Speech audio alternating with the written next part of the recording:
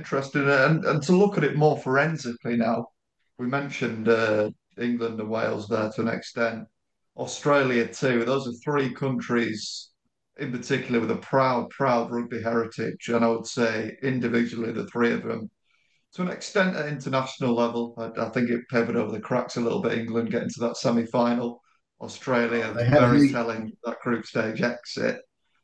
Yeah, Did it sort of start at the bottom from that in terms of the league structures are a mess in terms of, and we've seen you touched on the Rebels there, their financial troubles, three teams in England going, crisis in Wales with contracts. Does it sort of start at the bottom there at professional club level and the league structure and sort of flow up towards of the course, international game? of course it is. And you have to start with the understanding that there are too many so-called professional teams in the world, right? Because what you get with the number of teams that are currently in the world is you get a whole lot of average players that are getting paid a lot of money to play the game. Once again, it's quantity over quality. What you want is you want the quality, and you want to be paying the quality what they deserve, not journeymen. I mean, you have a look at the money that's been lost in the English game and all other countries. Billions has been squandered on average players, right? Because they've had too many teams. Now the Premiership in England, I'm sure they're quite happy to go down to 10 teams, but that's still too many because they are still in financial difficulty. And the fact of the matter is that there are only two countries in the world, perhaps Ireland, perhaps I should include Ireland, who seem to have got their act together, right, better.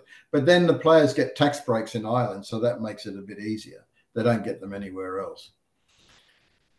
There are only two countries. One is France, where they still rely on, all these super wealthy guys who are quite happy to throw money down the drain, right? Has Because that they been don't. harmful for England and Wales, the inflation of Oh, wages as a whole, just from the yeah, money in France? they've created a false market. It's not a true market, right? It's a false market, and it's been created largely by France and everybody else trying to keep up. The other country, obviously, that is doing well and is going to continue to do better is Japan, because Japanese rugby clubs are owned by huge corporations. Now, I think I'm knowing Robbie Deans as well as I do. They're not given blank checks, but they've got this huge corporation that sits in behind them. So and that competition up there is getting stronger and stronger. And it's no longer a place where you can go up there just to pick up an extra bit of money for your retirement fund, right? It is in actual fact, they're doing quite a good job in Japan. The rest of it is a nightmare, an absolute nightmare. So when I talk about this number of teams, Wales needs to reduce their number of teams. Ireland most likely could do it as well. England definitely should. So then that leads on to what sort of competition structure should you have, right? And I put forward a view that the South African teams in the URC should go back to South Africa I don't think and that's re. working very well there at the moment, their involvement in European rugby. No, it's not. It's never going to work because they don't bring any fans with them. Europe doesn't really want them in there. But I think they could come back into the Southern Hemisphere, right? However, the biggest issue in Europe is the fact that England are so stayed in their view about we're not going to open our borders to anybody else, right?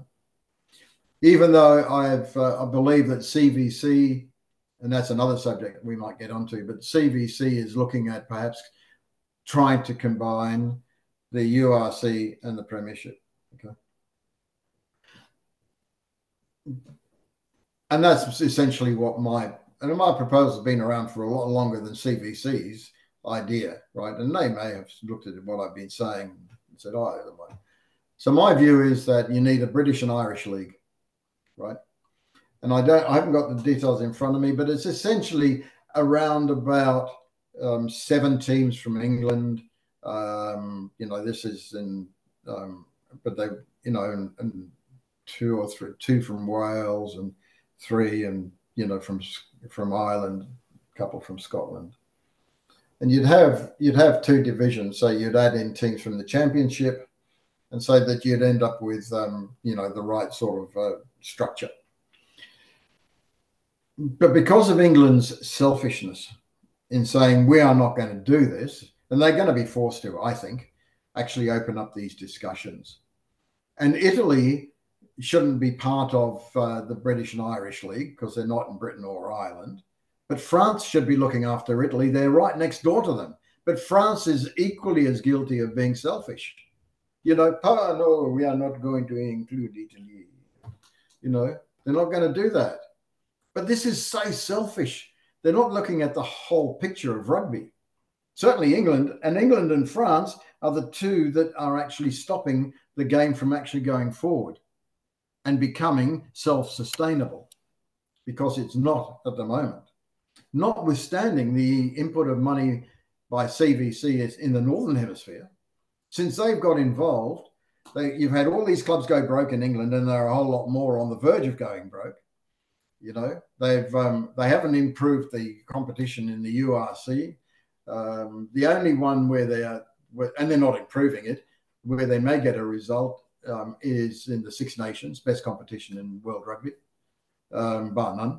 10,000 Welshmen go up to Scotland without a ticket. Football can't get that sort of following. So you've got to have a look at these private equity companies coming into the game, and I'm not sure whether the fans actually understand what's going to happen. They have to get a fast return on their investment. So who's going to pay for that? The fans. The fans in rugby pay for everything. They pay for broadcasting deals to watch what they want to watch. They pay for merchandise. They pay for tickets. They support the sponsors. Increasingly, they're part of the gambling world. But it's all fans, right? And so you've got CVC coming in and saying, oh, well, we're going to get a slice of this action because we know we're going to be able to gouge the fans down the line. Well, I've got news for them, right? The fans that are coming through the system at now are not going to be gouged, because who are they? Gen X, Y, Z, and A. And they don't understand, mate. These guys, look, I'm 76, right? And I understand more about the future of what's going to happen to sport than they do.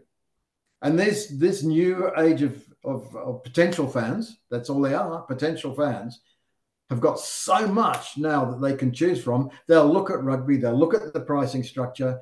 Only 5% of actual fans actually buy merchandise, 5%. And yet the Silver Lake down here, who invested in New Zealand rugby, said they were going to get 100 million All Blacks fans all buying merchandise. I mean, it's just bizarre that these people who supposedly know all about financing can come up with that sort of bloody statement.